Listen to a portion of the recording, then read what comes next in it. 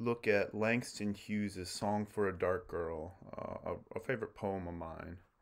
So, weekly sessions, we're in week 6 for Monday. Let's pull this up.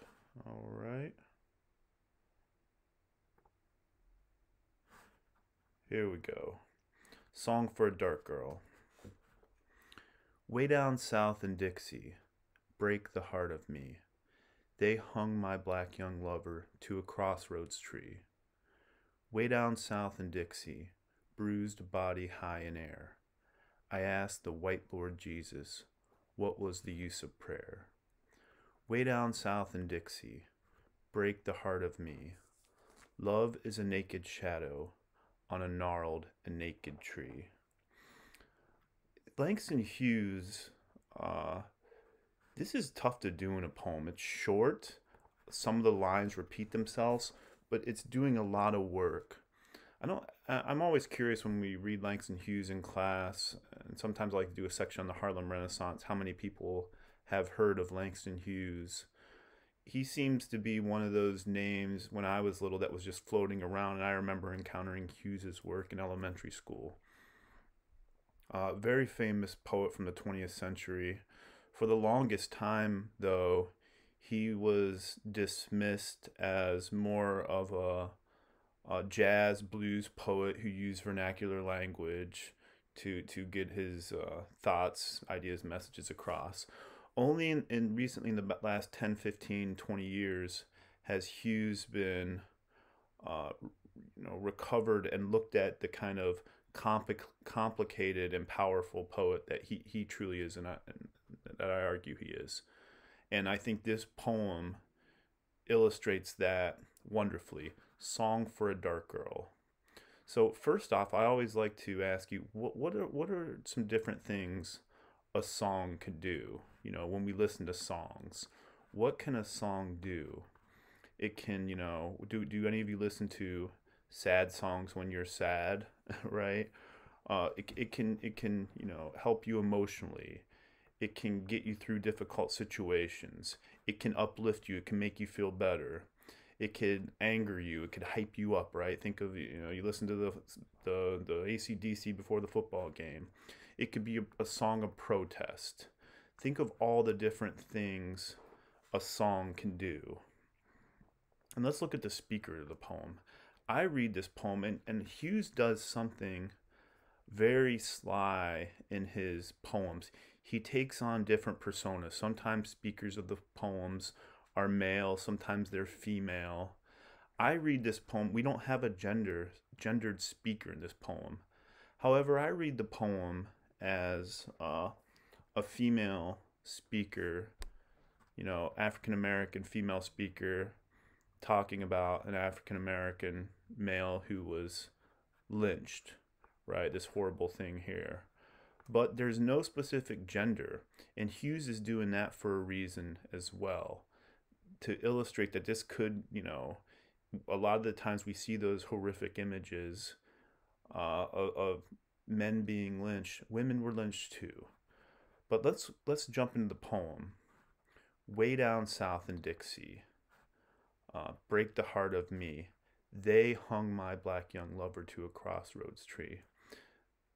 This is the first stanza of the 4 lines, the setup. So we're down in Dixie, and if you look at our discussion board, there's some important things to note there. We're going to look at this is, think of Dixie, the South in the Civil War, the states comprised of Dixie. You can think of the rebel Dixie flag. They hung my, who are the they? Who's the they here? It's the white folks, right? They hung my black, it's us and them. They hung my black young lover to a crossroads tree. Why a crossroads tree? It's the center of town, so everyone can see the body, right? Here's the repetition. Way down south in Dixie, bruised body high in the air. So we have the bruised body high in the air, which is an allusion to the black young lover. I'm always fascinated with this line, though, as well. I asked the white Lord Jesus, what was the use of prayer? What do you make of this line? I'm fascinated with the adjective white. Why not just, I asked the Lord Jesus. I asked the Lord. I asked Jesus what was the use of prayer. There's a little bit of anger here. Not a little bit. I think there's a lot of anger here. There's a lot of resentment. I asked the white Lord Jesus, what was the use of prayer? So the folks, they who are doing the lynching on Friday and Saturday nights, where are they on Sunday morning? They're sitting in church. And I'm always fascinated. I'm not a church person. I'm always fascinated, when I always ask this in class. Sometimes people in church can be the most judgmental people, right? But this is Hughes, the speaker in this poem, is showing this contradiction, that the people who are sitting in church on Sunday morning are the ones doing the lynching on Friday, Saturday night. This also has other valences as well. I always bring up Karl Marx, Das Kapital, and he has Marx's famous line is, "Religion is the opiate of the masses." And Marx had a disagreeable view of Christianity and religion, and I'm not necessarily gonna speak on that, but in some ways, people in power used religion to keep people without a power subjugated, in check. Think of this, right? And think of the discussion of slavery in the Bible. The African Americans, the black people, they were destined to become slaves, and it's just the way it is. However, in the sweet by and by, when you die and go to heaven, you'll get your reward and everything will be better. It keeps people subjugated, whereas they don't want to fight and question their lives. So they just say, life sucks now, but when I die, everything will be better. And I'm not disparaging religion. I'm disparaging how people use it to subjugate others.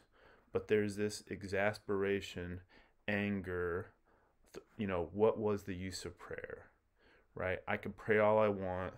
Still, my black young lover will get lynched, and I'm left to pick up the pieces. Way down south in Dixie. Well, again, too, there's a really sly, fantastic moment that Hughes does. We have the bruised body high in the air in the parenthetical, which refers to the black young lover. Who else had a bruised body high in the air?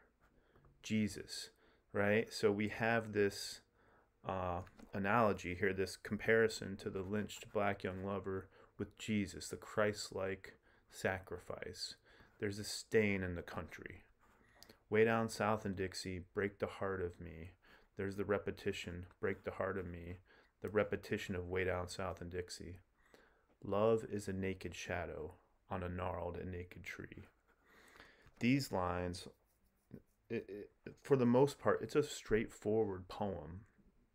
These last two lines are more opaque, more oblique. What the hell's a naked shadow? If you study this horrible history, many people were stripped naked and lynched. But the shadow, it casts a shadow. There's the shadow of the body. There's a literal shadow.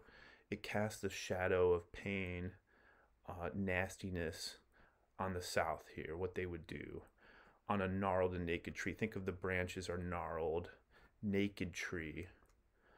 The tree is either dead or void of all leaves. So we have this blank dead tree. What's this poem doing? What type of work is this poem doing? It's sad. They hung my black young lover.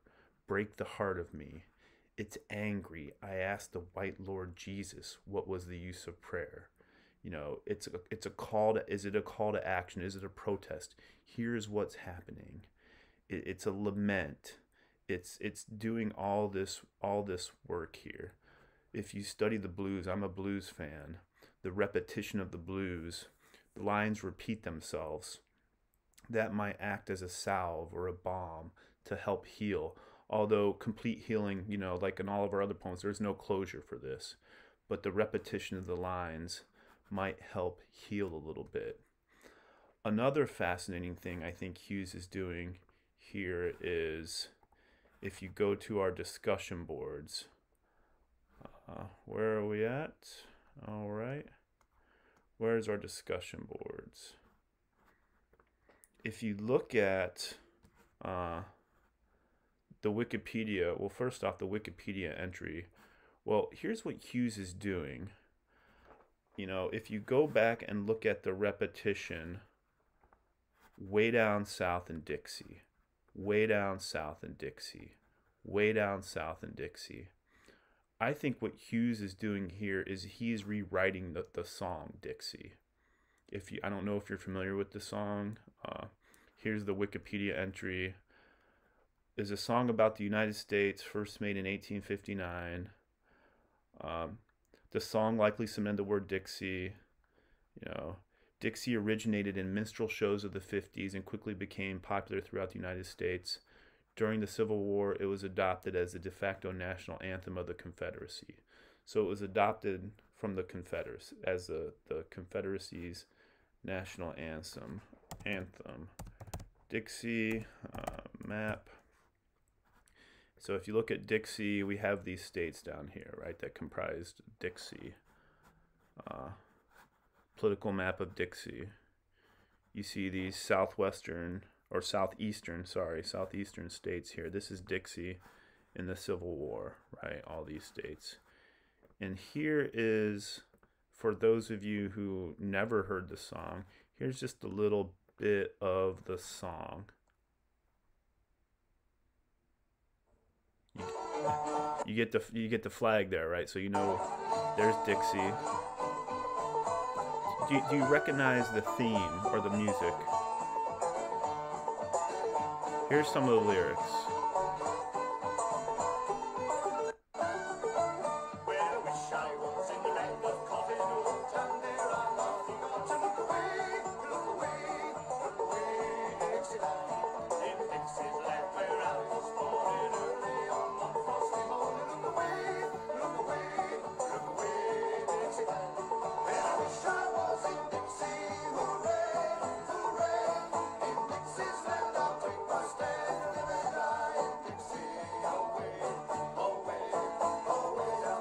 All right, so this part, this is what Hughes is doing, and it's quite brilliant. You see in the chorus of the song, away, away, away down south in Dixie, and if you closely listen to the lyrics and read the note, it's a song about nostalgia, right? The good old days, the past, the good times down in South Dixie, you know.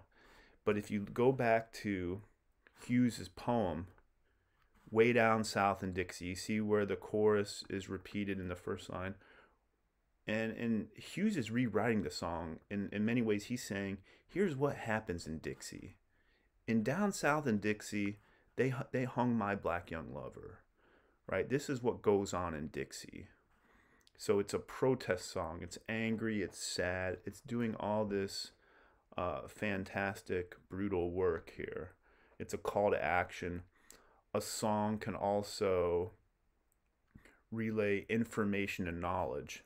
And I think that's one of the main reasons for the brevity, for the shortness of this poem. It's a short poem, but it wants to get the message across. It wants to convey what's going on. So this is some of what Langston Hughes does in a lot of his poems. On the surface, seemingly simple. Underneath the surface, it's doing a ton of intellectually complicated and powerful things.